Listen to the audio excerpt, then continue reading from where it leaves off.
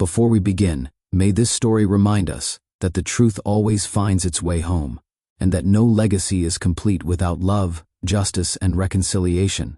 Welcome back to Mr. Asher's Stories, where the echoes of the past shape the power of today. Stories like this one don't just entertain, they stir the soul, so settle in. It's time to remember what really matters. The CEO left his ex for a younger wife, but a DNA test brought back his real heir. The click of expensive leather shoes echoed across the polished marble of Laurent Industries' private lobby. Charlie Laurent, 65, silver-haired, trim in his tailored navy suit, walked like a man whose name was carved into the bones of the building. And it was, from the gold plaque outside to the oversized oil portrait of him hanging just off the executive conference room. This company was his kingdom, built from scratch, brick by figurative brick. The employees, hundreds of them, bowed slightly in their eyes and in their footsteps when he walked past. Even the elevator opened faster for him. And yet, for all his presence, there was something almost haunted about Charlie now.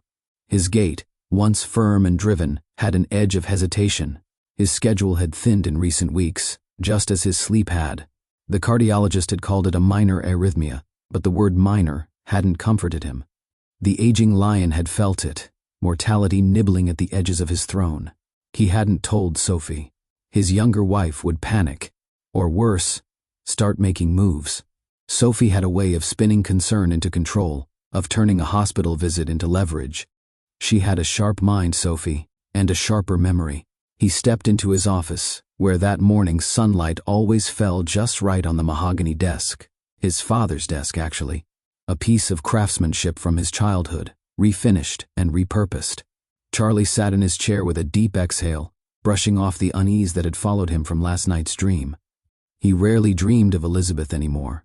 But last night, she had appeared again. Not angry, not vindictive.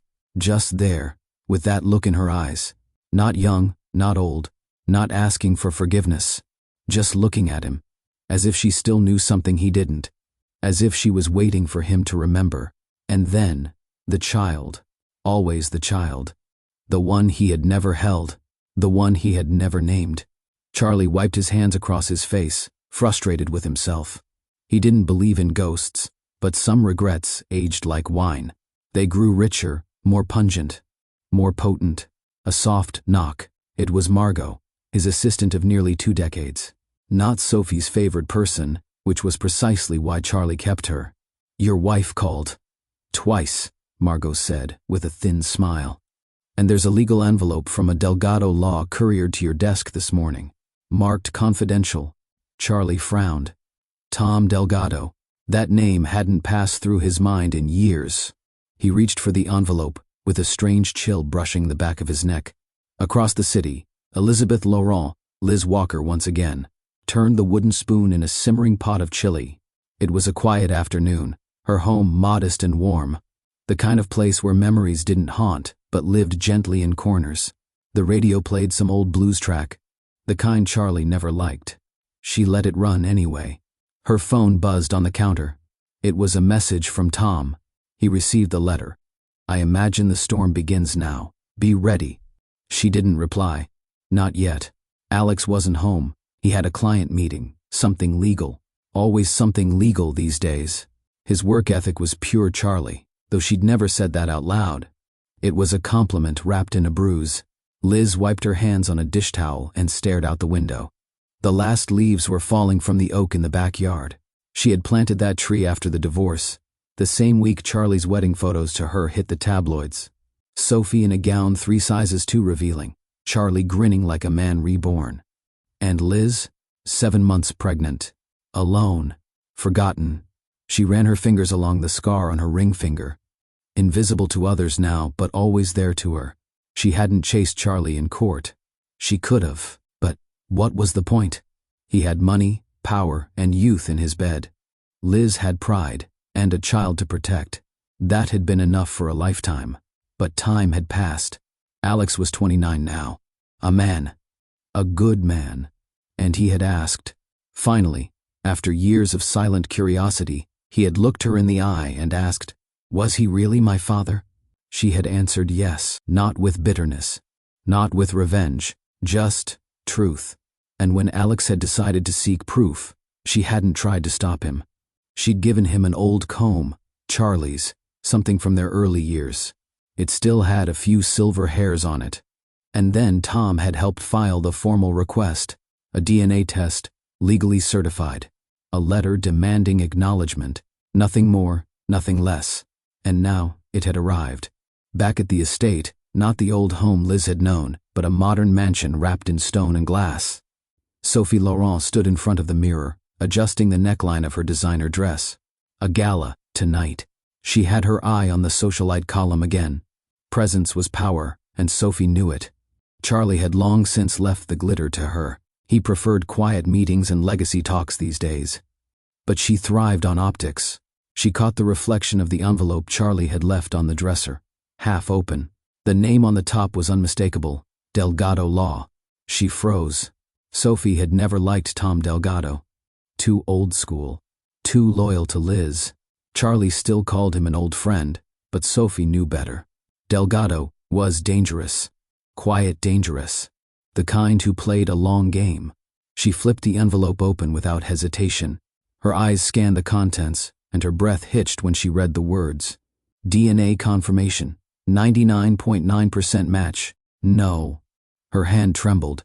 She reread the line. Then again. There was a name, Alexander Walker. And a quiet rage rose in her. She had spent 15 years building this life.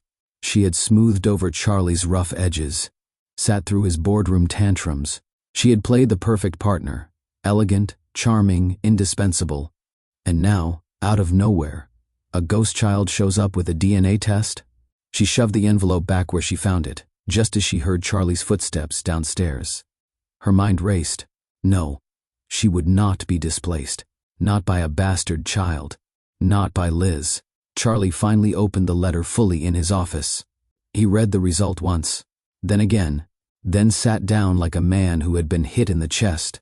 You are the biological father of Alexander Walker, age 29. Tom's signature was at the bottom. So was a note. You always knew somewhere. Now it's time to do what's right. Charlie closed his eyes. He could still see Elizabeth the day she told him she was pregnant. He had been standing in their old kitchen. The divorce papers hadn't yet been signed, but his mind was already halfway to Sophie. And when Liz said she was expecting, something in him cracked. Fear. Ego. Sophie's poisoned suggestions. The timing. It all swirled into one thing. Denial. He remembered accusing Liz. Questioning the timing. Raising his voice. Leaving. He never looked back. Until now. He picked up the phone and dialed Tom's number. The line rang once. Tom, Charlie said, we need to talk. That same evening, Alex sat in his apartment, fingers hovering over his laptop keyboard. The confirmation had come. His father, biological father, was Charlie Laurent, CEO, business legend, magazine cover man, and a ghost in his life. Alex had always known it, somewhere. The stories his mother told. The quiet way she deflected when he asked about the man in the old pictures. But now it was real. Paper proof. His own blood carried the name, Laurent. And what had Charlie done with that blood? Abandoned it. Alex clenched his jaw. His fingers typed a message to Tom. He got the results. What now? He hit send. His eyes drifted to a childhood photo on the wall, just him and his mom, Liz, at a small beach. No father, no legacy, no money. And yet, he had grown. Graduated law school, built a small firm, helped clients that people like Charlie would have stepped over in a heartbeat. But this was personal, and something in him wanted more than acknowledgement. He wanted justice. He wanted legacy. He wanted his place at the table that had been built on his mother's sweat and his father's arrogance. He looked up the name, Laurent Industries again. They had a shareholder meeting in 2 months. He smiled bitterly. Perfect timing. In a quiet corner of the city, Tom Delgado sipped his bourbon slowly, looking at the folder he had kept for decades. Old contracts, early incorporation documents, a clause long forgotten. In the event of issue from the marriage of Charles and Elizabeth Laurent, a 15% equity interest in Laurent Industries shall be reserved in trust until the said child reaches the age of 25. It had never been voided, never revoked, because Charlie, in his arrogance, had never expected the child to be real. Tom sighed. He had tried once to warn Charlie, but the man was in love with his new fantasy then, with Sophie's laughter and the idea of youth returning. He didn't want advice. Now he'd have to listen. The law and blood had caught up, and Tom, though tired and retired, would see this through. The morning sunlight poured into Liz's kitchen as she sliced oranges into a ceramic bowl, her movements slow, thoughtful, rehearsed from years of routine. Her hands worked without conscious thought. It was muscle memory, maternal memory. She had cut fruit like this for Alex since he was a child, and even now, when he was nearly 30, she still did it whenever he visited. She heard his key in the door. Alex stepped in, his expression unreadable. Liz knew that look, the mask he wore when he was holding something in, when he hadn't decided yet whether to be angry or quiet. He had her eyes, but Charlie's jaw, and she hated that she could see the storm of both parents in his face. He got it, Alex said simply, setting his bag down. She didn't ask what. She didn't need to. And? She asked, wiping her hands on a dish towel. He hasn't responded. But Tom said he called. Liz nodded, moving the bowl toward him. Eat something. Alex gave a small scoff but sat. He picked at the fruit, his mind elsewhere. I always knew he'd get old, he said after a while. But I didn't expect him to be a coward about this. Even now, after all this time, Liz sat down across from him. He's not a god, Alex. He's just a man. A very proud, very broken man. Alex stared at her. You're still defending him? She met his gaze. Calm, firm. No, I'm explaining him, so you don't let his behavior poison you. He leaned back, the frustration flickering in his eyes. He built a company with your help. He left you with nothing but paperwork and whispers. And now I'm supposed to sit and wait while he decides whether I'm worthy of existing? Liz tilted her head. No, son, you're not supposed to wait. But you're also not supposed to become him. Alex fell quiet. Liz reached across the table and touched his hand. I fought for your peace all your life. I didn't fight for revenge. He looked down. It's not revenge, Mom. I need to know what I'm owed. She nodded slowly. Just promise me, whatever you're owed, you won't lose yourself trying to collect it. Sophie stood at the second-floor window of the Laurent estate, watching Charlie pace the garden below. He hadn't spoken much since the letter arrived. He wasn't shouting, not posturing like he used to when stressed. No, this was different. Quieter, heavy. It scared her. She had married a man who ruled everything he touched. Boardrooms, banks, bedrooms. Now he looked like a man hunted by something that couldn't be paid off or fired. When he came in, she met him at the stairs. Have you spoken to him? She asked softly. Charlie didn't look at her. Not yet. You should. Before it gets out of hand. He paused. You read the letter. She didn't deny it. Of course I did. You left it out. You knew I would. He sighed. She moved closer. Charlie, if this goes public, if people find out you denied your own child for 3 decades, that could destroy your image. The company. Us. Us? Charlie's voice sharpened. You mean your position, your lifestyle? Sophie stiffened. Don't twist this. I've stood by you. I built a life with you. And I don't want to lose everything because you made a mistake with your ex-wife. Charlie turned toward the window again. It wasn't just a mistake, Sophie. It was a betrayal. On my part. She crossed her arms. Then fix it, quietly. Offer him something, money, a position, something to make it go away. Charlie looked over his shoulder at her. He's not going away. Sophie's eyes narrowed. Then you better decide what you're going to do, before he decides for you. Tom Delgado met Liz at a quiet cafe that afternoon. They sat in a booth near the back, like 2 old friends trying to relive a time before everything got complicated. He hasn't responded directly, Tom said, stirring his tea. But he's thinking. I can tell. Liz sipped her coffee. He always thinks before he runs. Tom gave a soft chuckle. You remember that time he tried to back out of the Connecticut deal, and you gave him that speech about real men standing behind their contracts? I remember, Liz said. eyes distant. Tom leaned forward. He respected you more than he admitted. You know that, right? He respected what I did for him, Liz replied, but not who I was to him. Not enough. Tom's voice lowered. You know there's more than just paternity here. Liz raised an eyebrow. You found something? He nodded, pulling out a thin folder. Inside were copies of the original Laurent Industries Articles of Incorporation. Clause 19, Tom said, tapping the paper. Liz read it. Her eyes widened. A trust? She asked, stunned. Tom nodded. 15%, set aside for issue of the marriage. And it's still active? He nodded again. Charlie never voided it. And because Alex was born within the marriage window, even though Charlie denied him, he still qualifies. Legally, Liz closed the folder. That changes everything. Tom leaned back. It gives Alex more than just the truth. It gives him leverage. When Tom handed the folder to Alex later that evening, the younger man read it twice, just like his father had read the DNA test. A trust? Alex asked. Yes. Tom confirmed. 15% of the company, technically held in trust for you since you turned 25. Charlie would have had to file legal paperwork to void it, and he never did. Alex sat back slowly. So I already own part of his empire? Tom nodded. Enough to shake the boardroom, enough to get their attention. Alex laughed once, dark and low. Unbelievable. Tom watched him carefully. This isn't a weapon, Alex. It's a door.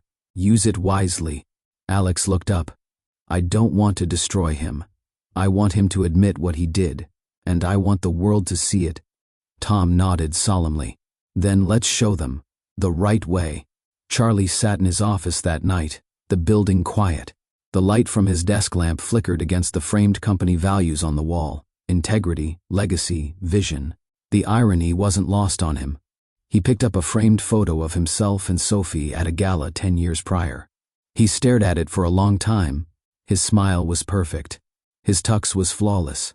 And yet, he couldn't remember what the event was. He put it down and opened a drawer. Inside was another photo, older, wrinkled. Liz in a denim jacket, smiling next to him outside their first office. The day they got their first big contract, her hand on his back, his arm around her waist, and behind them, a chalkboard with the words Laurent and Walker Industries written in fading chalk. They had started with nothing, and now he had everything. And yet somehow, nothing. His phone buzzed. A message from Tom. We should talk. He knows about the trust. Charlie leaned back, his heartbeat steady but heavy.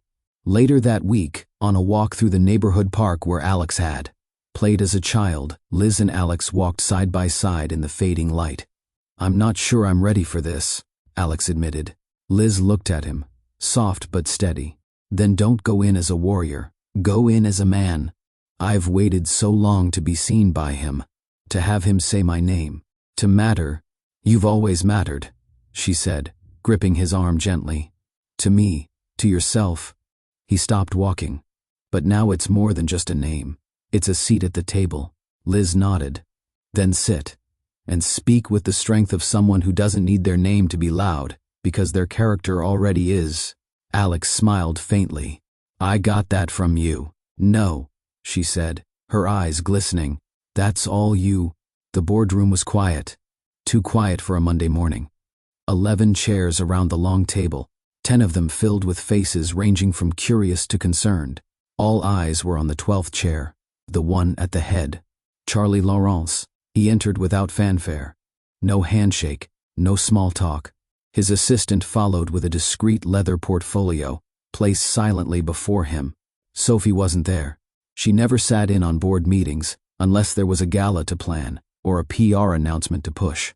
She'd opted to let Charlie handle this one alone, though she demanded a full briefing after. Charlie adjusted his cufflinks and cleared his throat. We'll start with the most pressing update, he said, his voice firm but slightly rough.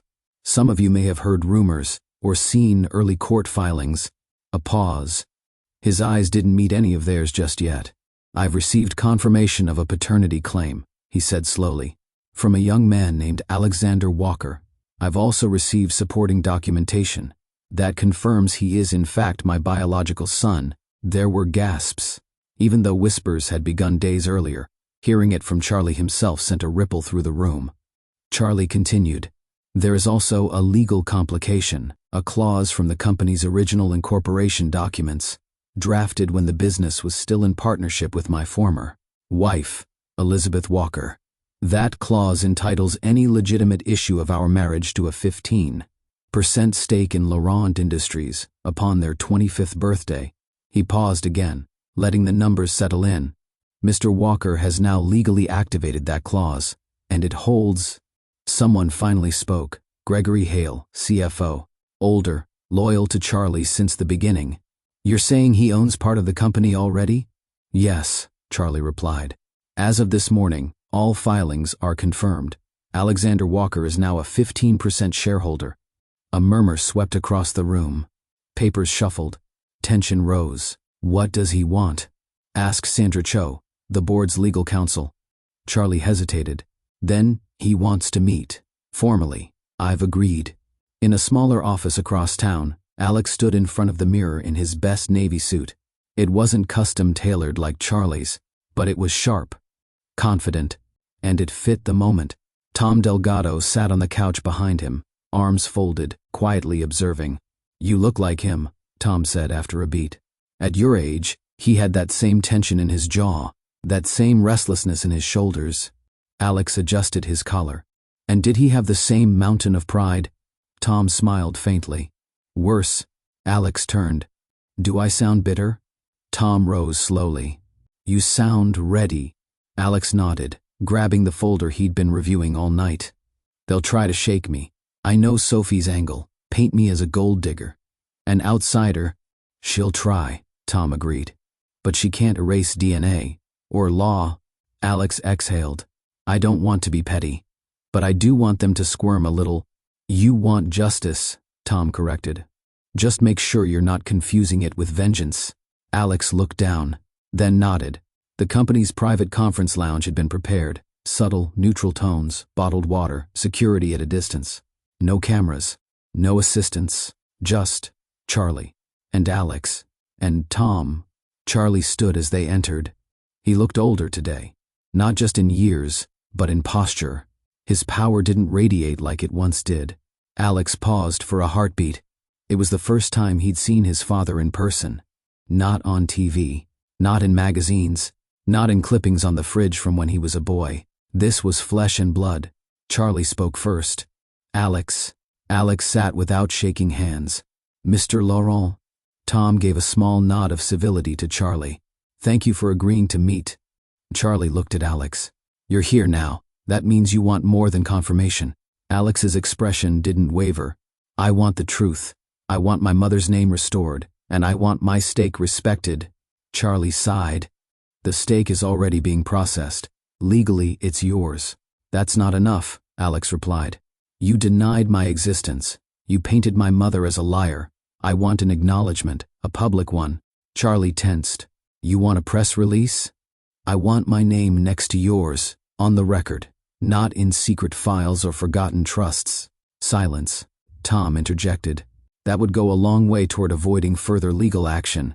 It also aligns with brand ethics and company values." Charlie chuckled bitterly.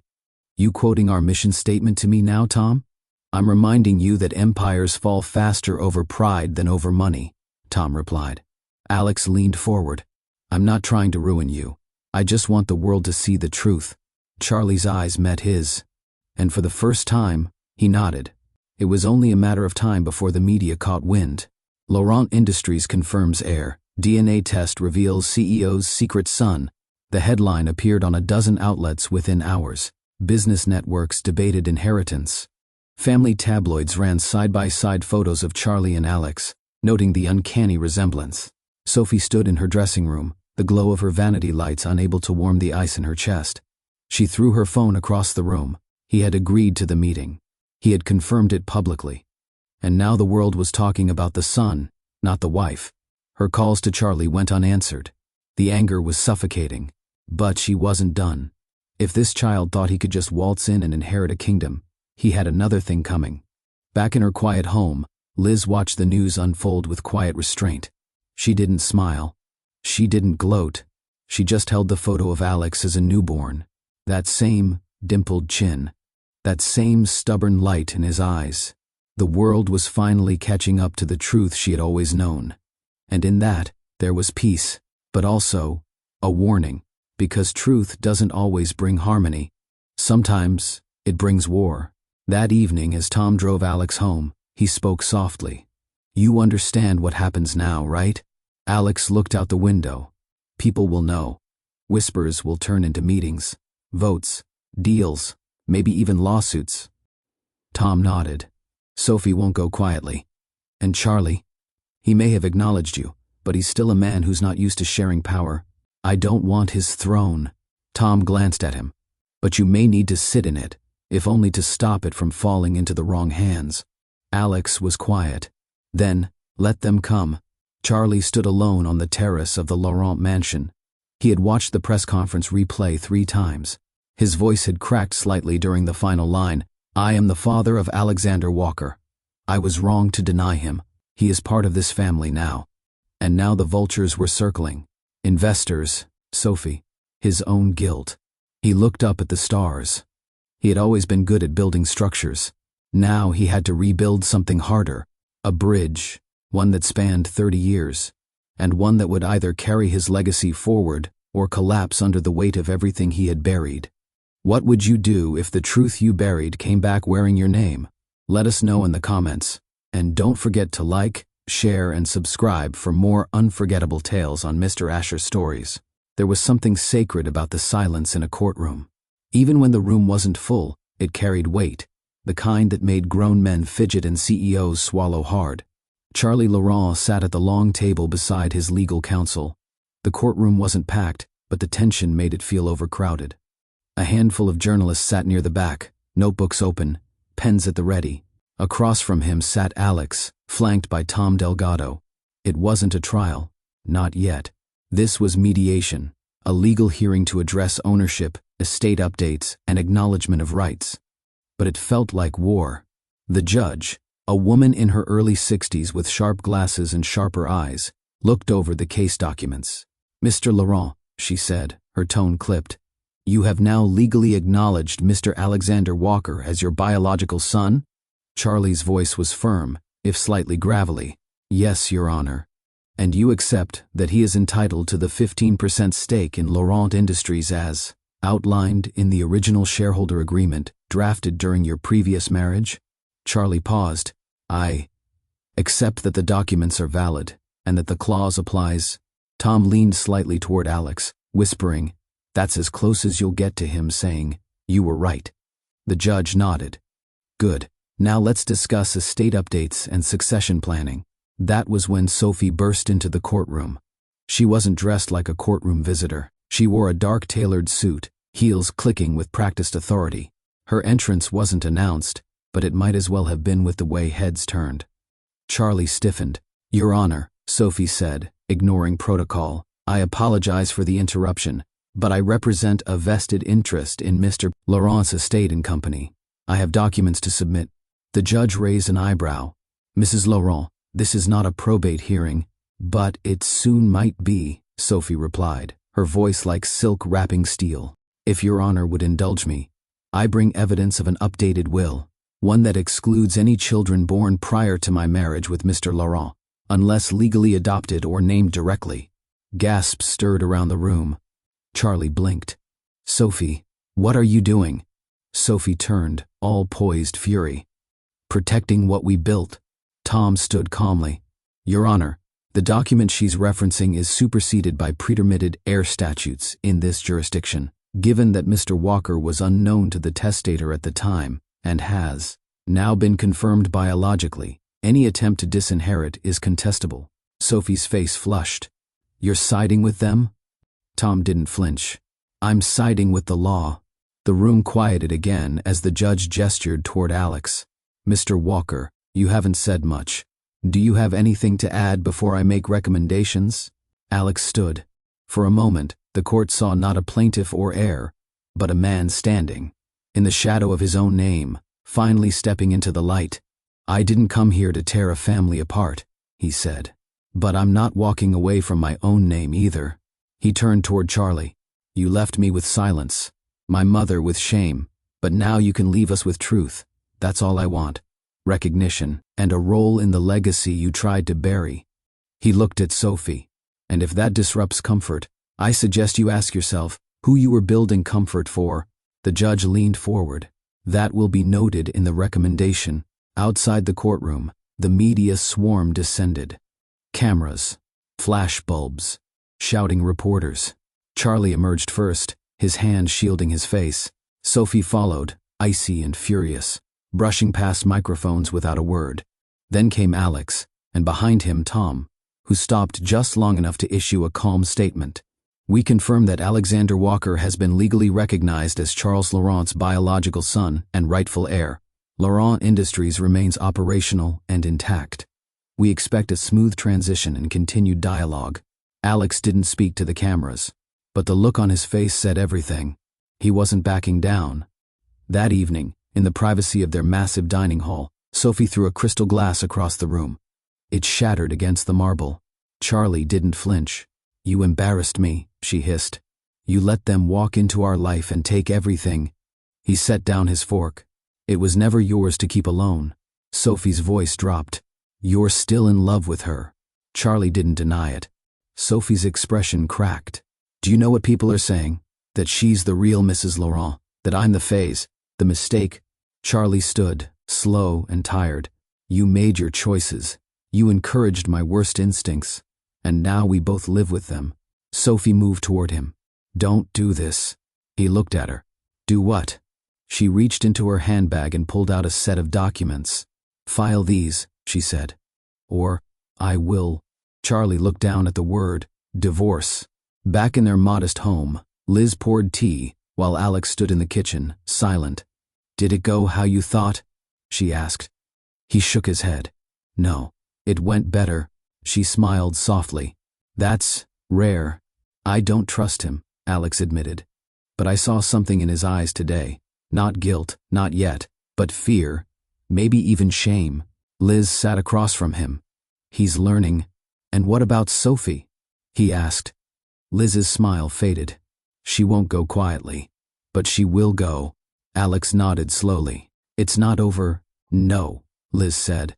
It's just beginning. Late that night, Charlie sat alone in his study. He had signed the divorce papers. Sophie was gone.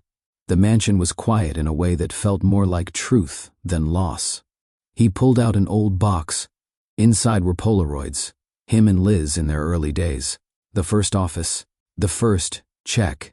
A blurry photo of Liz laughing while covered in paint from their home remodel. Then, a small hospital bracelet. Baby boy Walker. He held it in his hands for a long time, and for the first time in 30 years, Charles Laurent cried. Not because of what he had lost, but because of what he had given away. The morning after the courtroom fallout, Sophie stood alone in the walk-in closet she had once called her sanctuary. Dresses worth thousands hung limp on polished brass rods. Designer shoes lined the walls like soldiers of a war she had already lost. She looked at her reflection in the mirror. Not the version of herself that the magazines had praised, the one who turned heads at galas and fundraisers. No, what stared back at her now was a woman whose empire was slipping. Fast. Her phone buzzed. Her lawyer again. He had warned her not to go public with threats. That she was protected, yes, but only as long as she stayed calm. Divorce proceedings were underway, and if she wanted to walk away with the lifestyle she fought so hard to preserve, she had to keep her mouth shut. Sophie Cole Laurent had never been good at keeping her mouth shut. But now, she was learning to survive. The board was restless. The acknowledgement of Alex as Charlie's son had been an earthquake. The 15% trust, triggered by old documents, had cemented Alex's financial footing, and the public announcement had made it impossible to pretend he wasn't part of the legacy. But what no one had decided, yet, was what Alex's role would be. Charlie had delayed that conversation.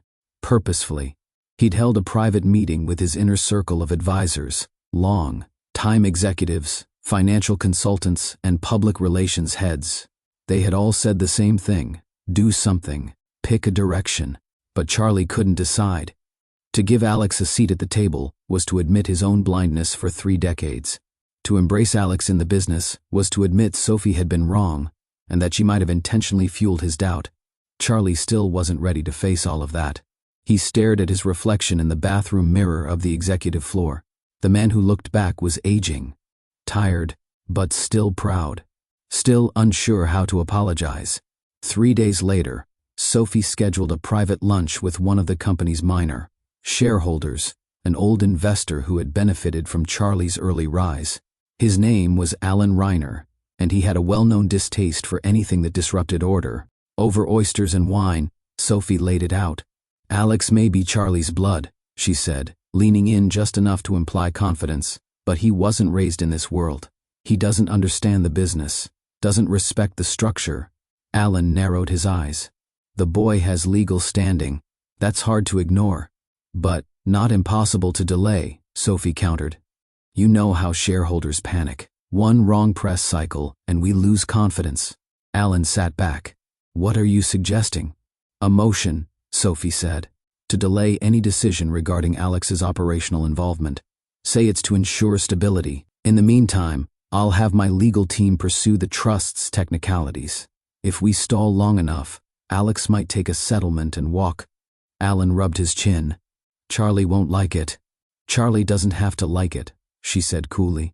"He just has to be outvoted." Charlie wasn't stupid. He knew Sophie wouldn't go quietly. But when Alan Reiner walked into his office and pitched the idea of freezing Alex's voting rights for the sake of stability, something in Charlie snapped. "This is my son," he said, voice low. Alan blinked. "Yes, but—" "No," Charlie cut in. "No buts." He stood. "For 30 years I ignored him. I let fear and ego control me. I let Sophie twist my doubts, and I let the business become more about image than integrity." Charlie leaned forward. "I won't make that mistake again." Alan nodded, slowly, realizing the tide had shifted. Alex was at his mother's place, helping her clean out the garage, when his phone rang. "Charlie." He hesitated, then answered. "Hello?" Charlie's voice was quieter than usual, less executive, more human. "I'd like you to come to the company tomorrow," he said. "Meet the board. Sit in on the quarterly overview. No pressure. Just be present." Alex didn't speak for a moment. Then, "All right." Charlie added, "You can bring Tom. And your mother, if she wishes." Alex's breath caught. "You want her there?" "I think it's overdue," Charlie replied. The next day, Alex stood outside the glass doors of Laurent Industries' executive boardroom. He wore a charcoal suit, subtle tie, steady heart. Liz was beside him, elegant in her own quiet way, wearing a navy blazer, and the same look she wore the day she signed the divorce papers 3 decades ago, calm strength. Tom Delgado flanked them both. Charlie greeted them at the door. No cameras, no spectacle, just people, real people, trying to heal. As they stepped in, heads turned, some with skepticism, some with surprise, but no one spoke out loud. Charlie gestured toward the long table. "Alex, you'll sit here. Beside me." Liz gave her son's hand a gentle squeeze, then took a seat at the back of the room. And so, for the first time, the name Laurent echoed through the room from more than just one voice. After the meeting, Alex stood alone in the executive hallway, staring at the company's legacy wall. Photos lined the space, milestones from the company's rise. Charlie cutting ribbons, Sophie giving speeches, but nowhere was there a photo of Liz, or of the earliest days, when the company was still run out of a shared apartment and a rented van. He turned as footsteps approached. "Charlie, she deserves to be up there," Alex said softly. "My mom." Charlie nodded. "I've been thinking the same thing, not just for her, for the truth." Charlie looked at him. "Would you help me rewrite it?" Alex turned. "Only if you mean it." Charlie extended his hand. This time, Alex shook it. Back at her new penthouse apartment, one funded by a very generous but final settlement, Sophie watched the Laurent Industries press update on her flat screen. Charlie had made a statement. He confirmed Alex's involvement as a shareholder and advisor. He thanked Liz for her contributions to the company's foundation, and he expressed his intention to begin transitioning leadership within the next 2 years. Sophie muted the volume. Her glass of wine sat untouched. The empire had moved on without her, and she hated how much it stung. Laurent Industries' quarterly boardroom meeting was usually routine: profit margins, investor updates, market expansions. But not this time. The air in the glass-walled conference room buzzed with low murmurs as Alex Laurent, formerly Alex Walker, stepped up to the main table. Though he hadn't yet earned an executive title, he was no longer a guest. He was blood, and now, legally, a shareholder with weight. Charlie sat at the head of the table, calm but watchful. Beside him, Alex flipped open the financial report he'd been sent the night before. He'd stayed up until 3 a.m., studying it. He was not here to smile for the cameras. He was here to be taken seriously. Gregory Hale, CFO, cleared his throat. Before we begin today's numbers, I'd like to address a procedural matter. Mr. Laurent, he looked at Alex, then clarified, Alex will now be recognized as an official voting member on all shareholder board decisions, as per the activation of the legacy clause outlined in Section 19 of the original incorporation.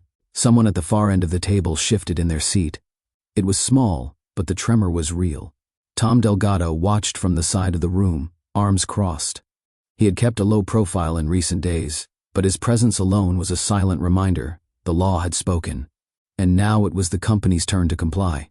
Most of the board members were pragmatic. They didn't care about bloodlines, not directly, but they did care about stability, about legacy, about who would carry the business when Charlie stepped down. For years, the assumption had been that Charlie would sell, appoint a proxy, or, before the divorce, that Sophie would maintain influence. But Sophie was gone. And now, Alex was more than just a headline. He was in the room, and he was making notes, asking questions, not posturing, participating. When the meeting moved into new project proposals, Alex raised a hand. Yes? Charlie asked. I noticed in the third quarter construction division report there's a lag in material delivery times. Has the logistics contract been renegotiated since the supply chain changes last year? The room stilled. It wasn't a question they expected from the new kid. Gregory blinked. No. We've been rotating temporary contracts since the pandemic disruption. Alex nodded. I have experience with procurement timelines in residential builds. My firm managed 3 major projects in the last 18 months. I'd be happy to sit with ops and propose a leaner system. No one laughed. No one rolled their eyes, because he wasn't bluffing. As the meeting closed, Charlie remained seated, watching Alex field a few quiet questions from younger board members who had once been skeptical. It wasn't about favoritism. It was about competence. Charlie looked down at his notes. Beside a bullet point about future leadership, he had written something earlier that morning. Alex, not a threat, maybe a solution. Later that afternoon, an internal memo went out company-wide.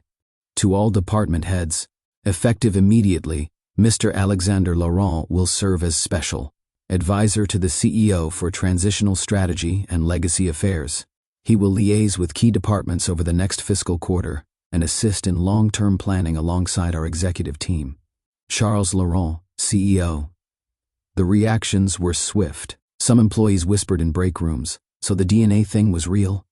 Others were more focused. Is he any good? Only time would tell. Liz received the news via email, forwarded by Tom.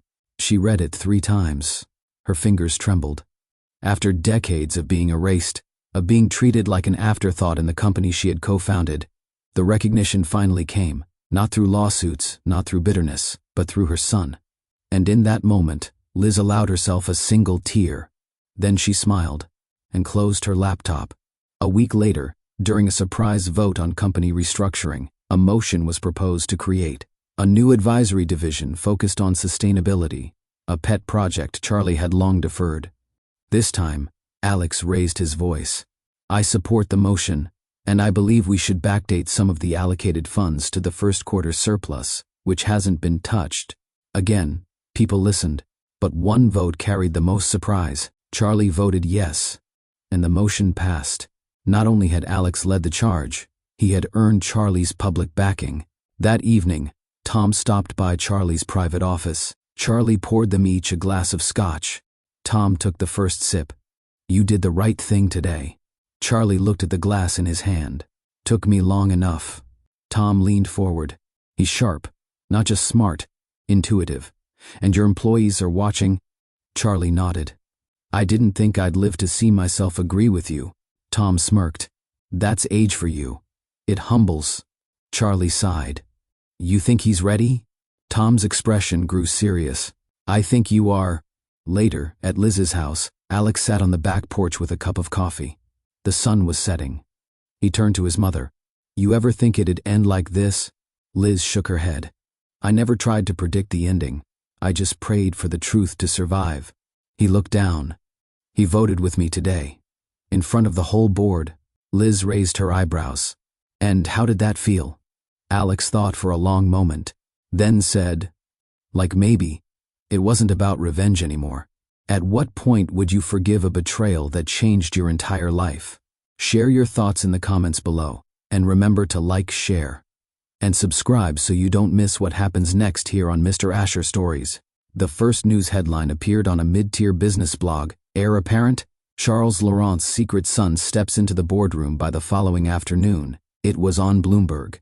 That weekend, the Sunday Post ran a 2-page feature with a half-shadowed photo of Alex in a gray suit leaving the Laurent building, his expression unreadable.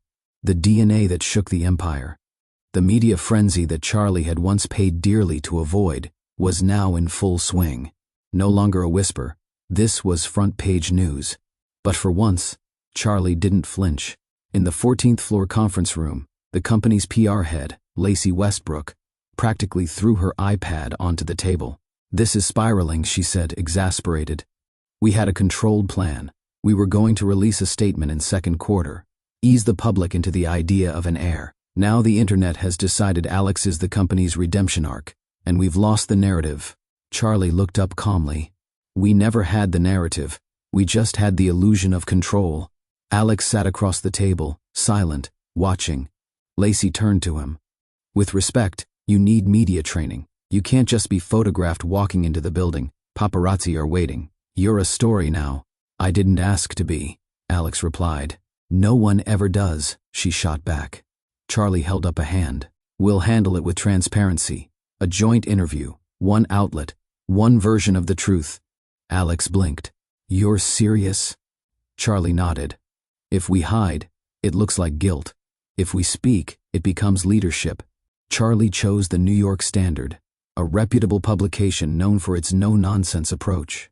Not tabloid, not sanitized. The interviewer, Margot Bell, was sharp, known for peeling away executive gloss. They met in the main conference hall, surrounded by trophies, awards, and photos.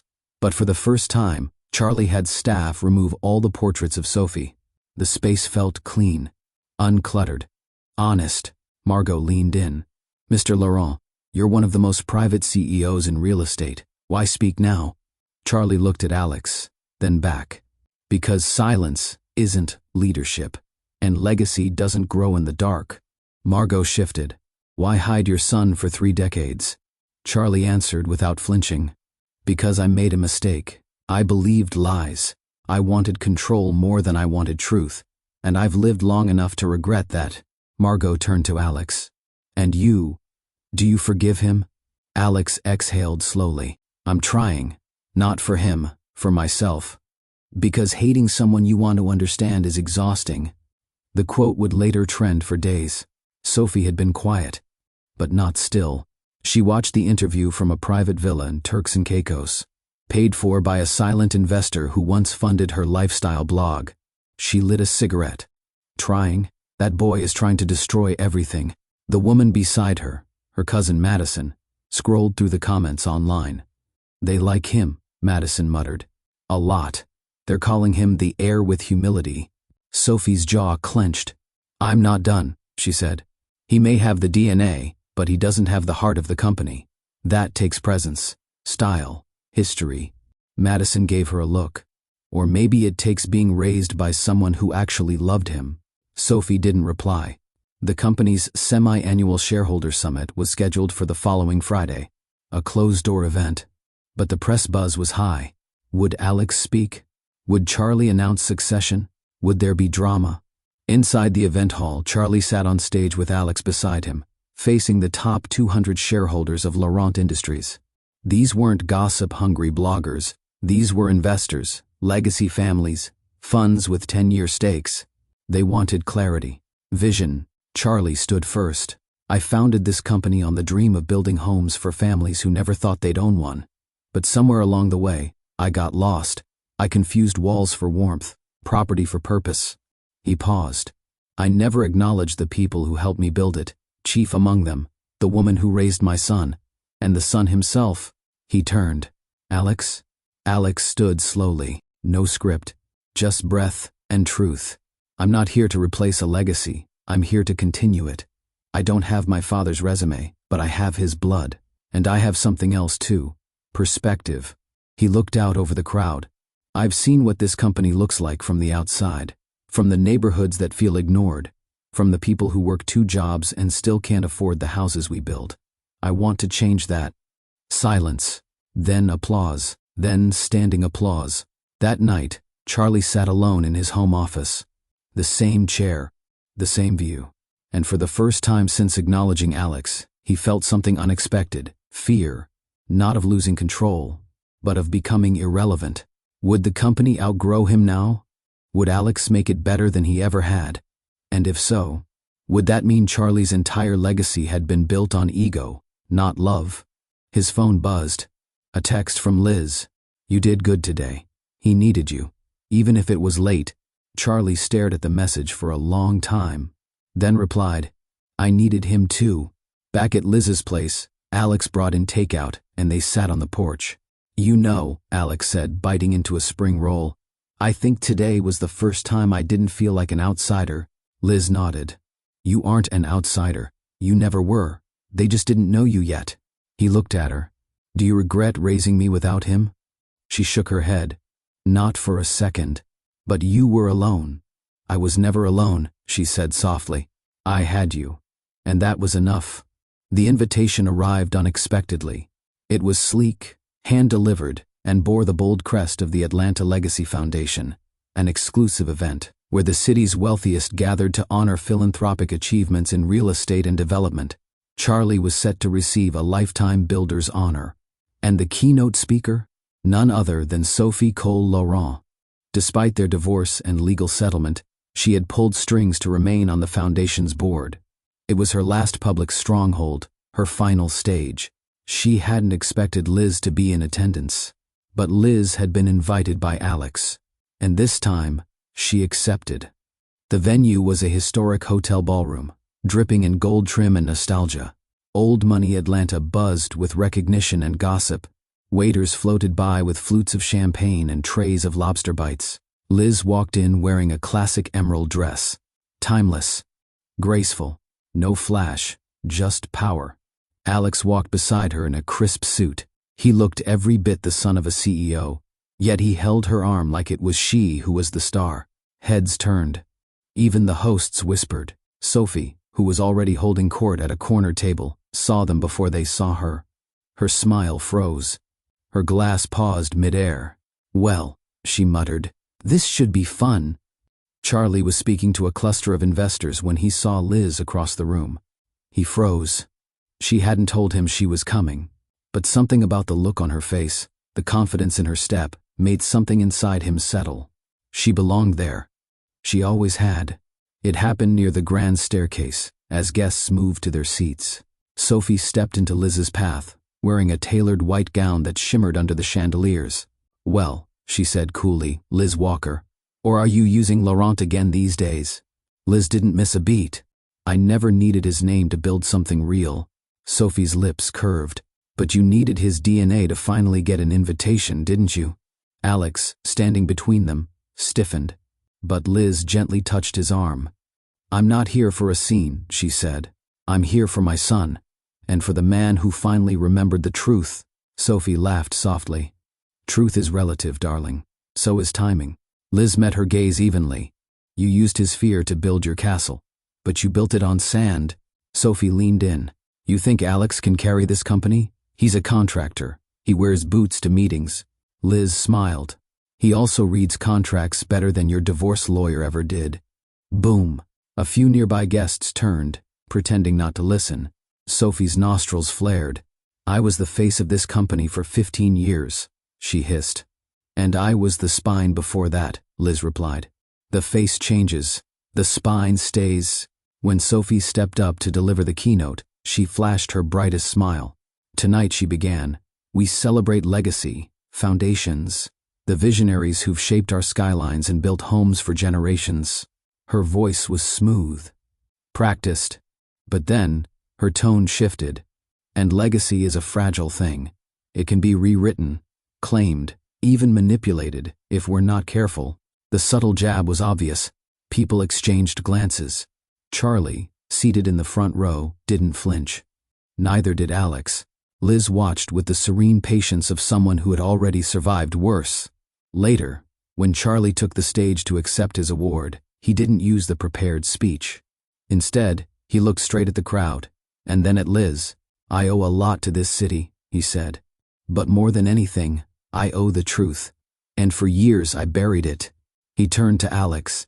To my son, thank you for not giving up on your name. Then he turned to Liz. And to the woman who helped me build this empire before it had a name, I'm sorry it took me 30 years to say this in public, but you were the beginning, and I hope to make the rest of the journey in your light. The room held its breath. Charlie stepped down and offered Liz his hand. She took it, and the room erupted in applause. Sophie sat frozen, a polite smile fixed on her lips, like paint on porcelain. Inside, she boiled. Outside on the balcony later, Liz and Charlie stood under the stars. You didn't have to say all that, Liz murmured. Yes, I did, Charlie replied. I owed you truth. The rest is just gravity. She looked at him. What happens now? He smiled. That's up to you. Alex, watching from a distance, let out a long breath. The healing had begun, not with declarations, but with dignity. Sophie rode home in silence. Madison, trying to break the tension, muttered, It wasn't that bad. Sophie didn't reply. Instead, she stared out the window. She had lost the battle, but she wasn't sure if she'd lost the war, because there was one card she hadn't played. Yet, the applause of the gala had faded. The headlines had simmered. But beneath the polished press coverage and public reconciliations, there remained something untouched.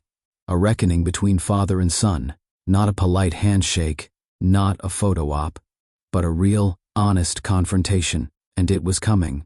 Alex was at his downtown apartment, reviewing blueprints for a new eco-development project when he heard the knock. He opened the door, expecting Liz or maybe a courier. Instead, Charlie stood there. No chauffeur, no bodyguard, just a father with a heavy heart. Alex opened the door wider. You came alone. Charlie nodded. I figured it was time we talked. No cameras, no lawyers, no board members. Alex gestured to the chair. Sit. Coffee? Charlie chuckled faintly. If it's strong. For a moment, there was just the hum of the coffee machine. Then Charlie leaned forward. When I saw you on that stage, I saw myself at 25. But sharper, kinder, more grounded. Alex folded his arms. You didn't know me at 25. Charlie winced at the truth. No, he admitted.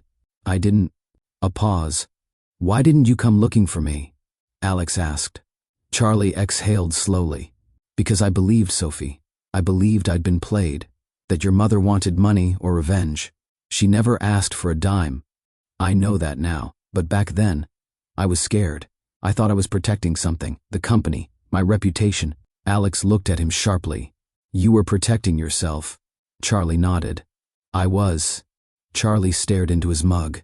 You grew up without a father. I lived knowing there was a shadow of you out there, and every time I saw a boy who looked like me, I wondered. He trailed off. Alex's voice was calm, but low. You left my mother to raise me alone. You built skyscrapers while she cleaned rental houses. You held press conferences while she fought off eviction. You taught men to win while she taught me to survive. Charlie looked up, his eyes rimmed with guilt. And still, you came. I came for me, Alex said. Not for you, not for revenge, not even for the company. I came because I wanted to know why, and because I refused to carry your silence any longer. Charlie stood, pacing slowly. When Sophie found out about Liz, about you, she gave me a choice. If I acknowledged you, she'd walk, and I'd lose everything I'd built. You made your choice. I did, Charlie whispered. And I've regretted it every day since. Alex stared at him. I needed a father. You chose a woman. Charlie turned sharply. I chose fear. From his pocket, Charlie pulled out a small velvet box. I was going to give this to you after the next board meeting, but maybe it's better now. He placed it on the table. Inside was a vintage gold signet ring, engraved with the Laurent crest. Polished, heavy. This belonged to my father, Charlie said. He gave it to me the day I signed my first property deed. It's yours now. Alex didn't touch it. I'm not interested in symbols. Charlie nodded. I didn't come to fix it all tonight, just to start. Alex stood. You can't fix 30 years in a night. But maybe we can stop breaking what's left. They took a walk through the nearby park. The trees were lit with soft lamps. Children's laughter echoed from distant swings. Charlie looked around. I missed all this, he murmured. Your childhood, your birthdays. I read about you in a police report once. You were 15. Caught spray painting a wall. Alex laughed lightly. Yeah. I was mad at the system. You were mad at me. Alex didn't deny it. Charlie sighed. Can I ask something? Sure. Do you ever imagine what life would have been like if I had claimed you? Alex's voice was quiet. Sometimes. But mostly, I'm just trying to figure out how to live with the version that did happen. Charlie got into the elevator to leave. Before the doors closed, he turned. I'm proud of you. Alex didn't say anything. But when the doors slid shut, he sat down, stared at the ring on the table, and cried. Not because he was weak. Charlie called Liz later that night. I spoke with him. Liz was silent for a moment. And he's angry, but he's listening. She smiled softly. That's more than I expected. I gave him my father's ring. Liz's breath caught. You never even showed that to Sophie. Charlie chuckled. That's because it was never hers to see. Back at her condo, Sophie opened a private safe. Inside, a manila folder, yellowed with time. Labeled in red ink, Alex Laurent, 1992. She pulled out the contents. Photos. A document. Something notarized. A slow smile spread across her face. You think it's over? She whispered. Let's see how well the truth really holds up. She picked up her phone.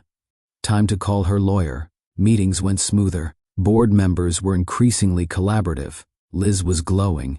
For the first time since stepping into the Laurent world, it felt like peace was possible. Until Sophie's grenade landed. On a rainy Tuesday morning, an emergency board meeting was called. Confidential. Urgent. Alex arrived to see Tom already pacing. Gregory, the CFO, looked pale. What's going on? Alex asked. Tom handed him a sealed envelope. Received this anonymously last night. Legal has confirmed its authenticity. Inside, a notarized affidavit from 1992, signed by Liz. In the affidavit, Liz had waived all future paternity claims against Charlie Laurent. It included phrasing that could be interpreted, under Georgia law at the time, as a full legal severance from parental pursuit in exchange for a financial settlement. But no such settlement had ever occurred. Liz had never cashed a check, yet her signature was real. The timing aligned with the week she was evicted while pregnant. Desperate. Alone. Tom looked at Alex. This could mean your shareholder status is in question. Possibly your legitimacy to vote or hold office. It's a long shot, but someone's making noise. Alex didn't speak. He just stood there, holding the ghost of a document written during the worst time of his mother's life. When Alex confronted her that night, Liz broke down. I didn't know what I was signing, she cried. I was pregnant. I had $200 in my bank account. His assistant handed me the papers at the doctor's office and said if I didn't sign, they'd make things harder. Alex sat beside her, his heart tearing. Mom, why didn't you tell me? Because I didn't want you to hate him, she whispered. I didn't want you to carry my pain. When Charlie saw the document, he erupted. This never should have existed. I never authorized this language. My legal team, he stopped, remembering. Gregory spoke gently. You were on your honeymoon with Sophie that week. She was overseeing most decisions with your signature authority. Charlie's face paled. She did this. Tom gathered Alex, Charlie, and the legal team. "We have 3 options," he said. 1. Contest the affidavit as coercion, difficult but possible. 2. Ignore it and let Sophie burn through her last favor in the press. Or 3. Get ahead of it with a public statement. Charlie looked at Alex. "What do you want to do?" Alex paused, then said, "Let's not play defense. Let's show them who we are." Alex stood before reporters the next day, flanked by Charlie and Liz. He held the affidavit in his hand. "This document is real," he said. "My mother signed it under duress. My father didn't know. But I'm not ashamed of the truth. I'm proud of the woman who raised me, even when the world turned its back." He looked at Charlie. "And I'm standing beside a man who's trying to make it right." Charlie stepped up. "There is no document, no delay, no mistake that can ever undo the truth. Alex is my son. He is my legacy. And no one will change that." Reporters shouted questions, but all Alex heard was Liz, crying softly behind him. Instead of turning against Alex, the public rallied. The idea that a struggling mother had been tricked into silence and still raised a principled son resonated with people. Sophie watched the press conference from her villa, this time alone. Madison had left. The money had dried up. Investors had stopped calling. She smashed her glass against the marble floor. She had played her last card, and it backfired. Badly. Later that night, Charlie and Alex shared dinner on the rooftop of the company's downtown tower. Alex turned to him. "You were married to her. Did you know what she was capable of?" Charlie sipped his wine. "I knew. I just chose to ignore it, because I wanted comfort, applause, control. You don't realize what you sacrifice until it stares you in the face." Alex nodded. "I want to be different." Charlie smiled. "You already are." At home, Liz lit a candle. She sat by the window, holding a copy of the newspaper with Alex's photo, the caption, "Heir with integrity." For decades, she had been invisible, but now the world saw her. Her story, her strength, her son, and it wasn't just about revenge anymore, it was about redemption. And the future, the legacy vote, the decision on who would officially be named successor CEO and controlling heir of Laurent Industries was less than 72 hours away. Board members, shareholders, and longtime insiders were split. Public sentiment had leaned heavily in Alex's favor, but the inner chambers of power weren't driven by applause. They were driven by certainty. And for many, Alex, the carpenter's son, still felt like a risk. Charlie called a final strategy meeting. Alex, Liz, Tom, Gregory, and even some department heads gathered in the 19th floor executive lounge. Charlie stood at the head of the table, hands clasped. "I'm not going to tell you this is locked in." "It's not," he began. "The vote could swing either way. People are watching, waiting to see how we handle pressure." He turned to Alex. "I'm not handing you a company. I'm asking you to win it." Alex nodded. "I never wanted a free pass. I wanted a fair chance." Charlie smiled. "Then let's give them a reason to believe." Sophie, though officially shut out from the board, still had her loyalists. One of them, Alan Royston, a veteran investor with deep ties to European real estate, began whispering concerns about Alex's experience level. "He's idealistic," Alan said during a private donor dinner, "but untested. We don't need idealism. We need someone who can protect the bottom line." Word of this trickled back to Liz. She relayed it to Alex that night as they walked their old neighborhood. "Do you think they're right?" he asked. Liz stopped walking. "No," she said firmly. "I think you're the only one in that room who knows what the bottom line feels like, because you've lived it." Charlie met Alex at his penthouse. They sat on the balcony, the skyline stretching before them. Charlie poured 2 glasses of bourbon. "You nervous?" Alex nodded. Charlie leaned back. "I was 33 when I took full control of the company. People thought I was too aggressive, too brash, but I had one thing no one else had." Alex looked over. Charlie pointed at him. "Conviction." He raised his glass. "You've got that. Just don't forget where it came from." They clinked glasses. "From her," Alex whispered. The boardroom was packed. There were 21 voting members, each representing a different facet of the company: investments, development, legacy trusts, legal, global expansion. At the front, 2 chairs. Charlie's, and beside it, Alex's. Tom presided. This vote is to determine the appointment of the next CEO and controlling trustee of Laurent Industries, he began. Mr. Charlie Laurent has officially submitted his recommendation. He gestured to Alex. But the board must confirm by majority. One by one, members cast their votes. Whispers, nods, frowns. When the count finished, Tom looked up. By a vote of 15-6, the board confirms Alex Laurent as the next CEO and legacy trustee of Laurent Industries. Some members clapped politely. A few left immediately. But the majority stood, offering handshakes, nods, and for the first time, respect. Alex stood up slowly. Charlie placed a firm hand on his shoulder. You earned it. Liz, watching from the side of the room, wiped a tear from her cheek. After the meeting, Alex called for a press briefing. He stood behind the podium, with the company's seal behind him, not as a guest, but as the head.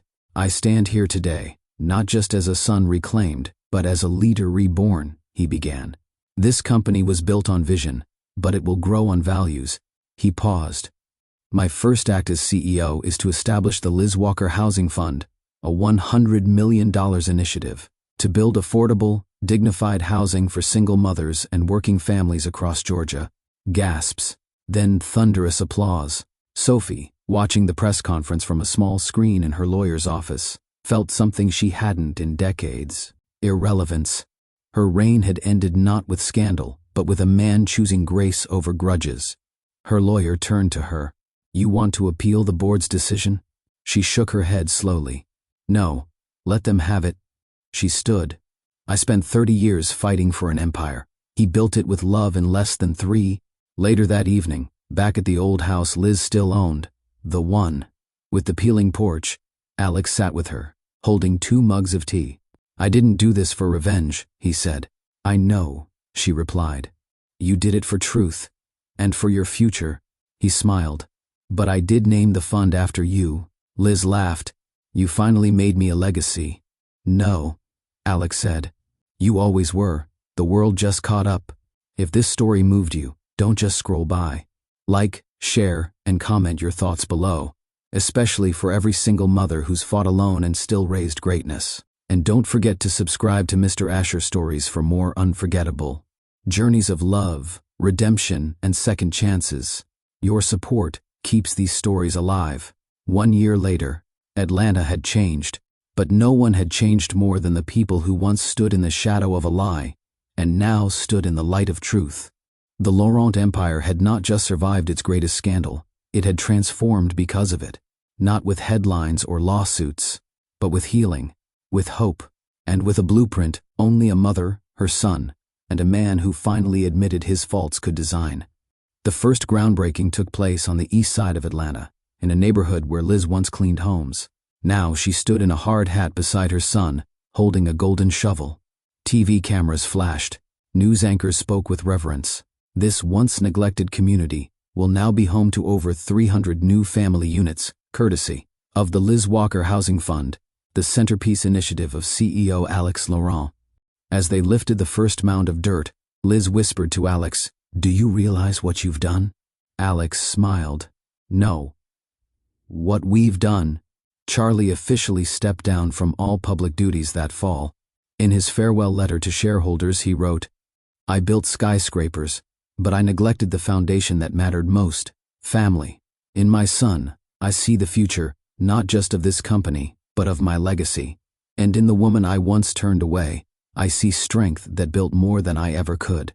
He moved into a quieter home near Liz's, but not with her. They weren't rushing anything, but their dinners grew more frequent, their walks longer, their laughter more natural. Healing, after all, didn't need spotlights.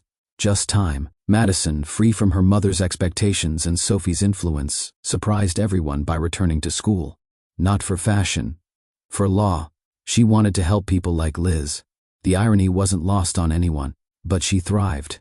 At one graduation dinner, she raised her glass toward Liz and said, "I never understood you growing up. I thought power came from appearance. You taught me that real power comes from standing when the world says sit."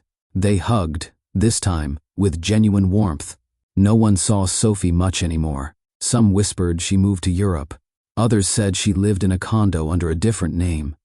But occasionally, rumors of private charity donations surfaced under anonymous signatures. One such donation fully funded a women's shelter on the outskirts of Atlanta. The plaque read, "For those who lost everything and found themselves." Liz visited one day. She smiled. It wasn't forgiveness, but it was peace. Under Alex's leadership, Laurent Industries became the first major developer in Georgia to implement full-scale community, inclusive development, prioritizing local labor, mental health support for tenants, and long-term sustainability. He didn't just build homes, he built stories. He built futures. He built places where no child would ever have to wonder if they belonged. One evening, on Liz's birthday, the family gathered at a small restaurant downtown. Charlie, Liz, Alex, Madison, even Tom dropped by. They laughed, shared stories. When dessert came, Alex stood with a toast. To the woman who built more with nothing than most do with millions. To the man who admitted his mistakes and made them right. And to the family we became, not by chance, but by choice. Glasses clinked. Tears flowed. Memories settled. Sometimes, life gives you blueprints with missing pages. Sometimes, people walk away before they ever understand the house they were building. But truth finds its way home. It may take years. It may require pain. It may demand forgiveness. But it will arrive. And when it does, it brings with it the tools not just to rebuild, but to build something greater. If this story moved you, share it. Share it for every mother who was doubted, for every son who was denied, for every heart still waiting to be heard.